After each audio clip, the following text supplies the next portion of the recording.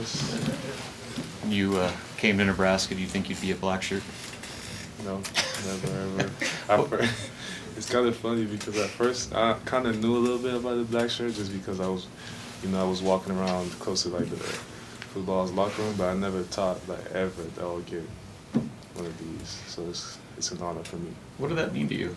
I mean, it means a lot. It means like, I think I'm like me and Juan are the first like athletes ever out of football to get like a black shirt. So it's an honor to be the first one.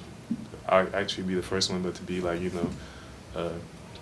kind of having the AD showing love to us and, appreciating what we do for the team and appreciating the fact that we're Huskers now.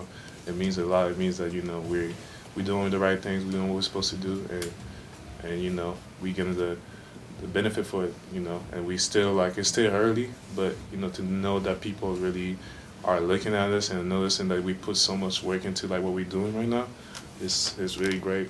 What went through your mind when you two got called into the AD's office? I was a little scared. I mean, usually when you get called up to go see the AD, it's not necessarily a good thing. I mean, in my book, it's never, either is to talk about, like, I don't know, entering the transfer portal or something that you did, now you gotta get like a penalty for something, a suspension or whatever. It's never, I don't know. I was just like, well, either he wants to really congratulate us about the win or maybe we did something. Emmanuel, you're a two-way player. You're very capable of scoring. You're also a tremendous defensive player. Thank you. What do you look at when you take on the challenge of the opposing team's top players? You did a wonderful job on them hard, and you're embracing that role. How do you feel about that? I mean, it's funny because to me, I mean, our families, with my big brother playing professional basketball, he was a great defensive player. And it's funny, but also for my sister they played volleyball, they were a great defensive player. So for us, we get pride of like protecting what's ours.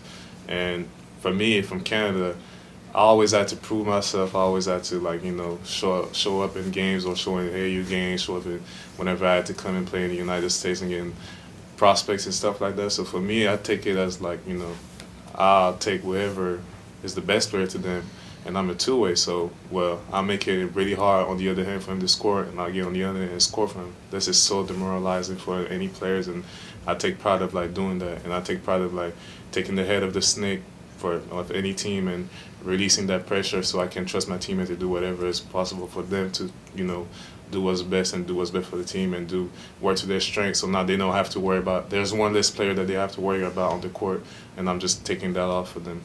One other quick question. As you approach Big Ten play now, what is the team approach in looking at your home and away games so that you can figure out how to navigate and move up in your rankings of where you've been in the past? What's your approach as a team for that as you're doing it? I mean, coming from a winning program at SMU, the main things for us were taking care of business at home, protecting the home court.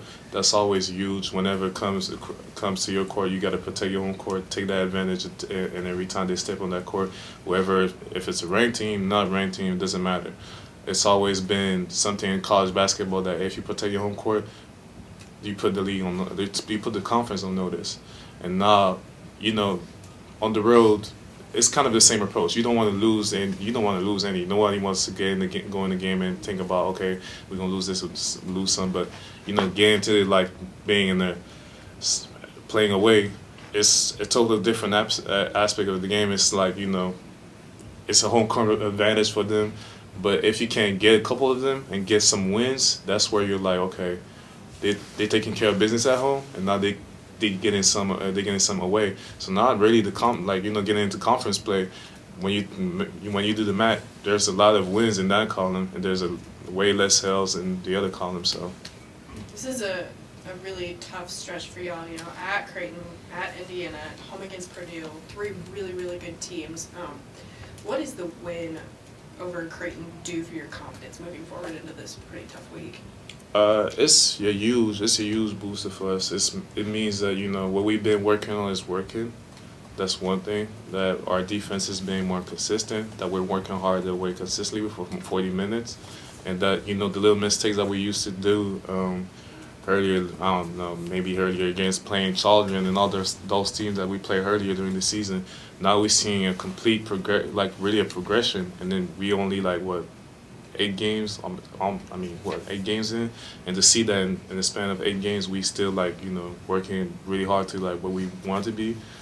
It's just great, but we don't want to get too ahead of ourselves with that win and be fat and happy. You never want to be fat and happy. You want to keep working every day, keep bringing the energy every time.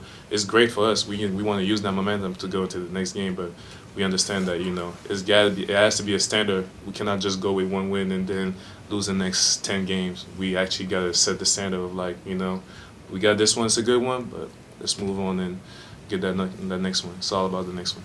Emmanuel, the way you guys have controlled the paint and the boards here these last 5-6 games, how big has that been for you guys? It's been huge, just to be able to protect the paint, handle the paint with Derek in there, with Blaze in there that's doing the work, with Jawan, getting the rebounds, even me and Sam Greasel getting in there, getting rebounds and making sure that nobody really gets any layups or any dunks in our hand. That's huge because, that's the most easy way. It's the easiest way to like get in the game. It's like getting a layup, getting a rebound. Those are like really stuff that that break teams down. And for us to take care of that and actually like going against like really good teams that get their energy from that, it's huge. It's huge to just okay, it's gonna be a hard one. Y'all gonna have to beat us some other ways. So for us to be able to do that consistently just shows that what we've been working on all summer, all fall, is working still. So. And then heading into tomorrow night, what do you guys know about Indiana? Really physical. I think their defensive rating is really good. As I looked, I think they were like ranked 20th in the whole nation. So they are really physical. They chase everything. They don't chase guys around. They will foul. They will hack. All of that. Not necessarily getting the call for a foul or whatever, but it's all about playing through contact, and especially in that paint. They got one of the best player maybe in the nation in there, and it's all about like I said earlier, if we can control the paint and make sure that he gets everything in hard. I mean, we do our job, but really physical, a good team, well coached. They got really good sets. They play outside, inside, outside. So they're a really good team.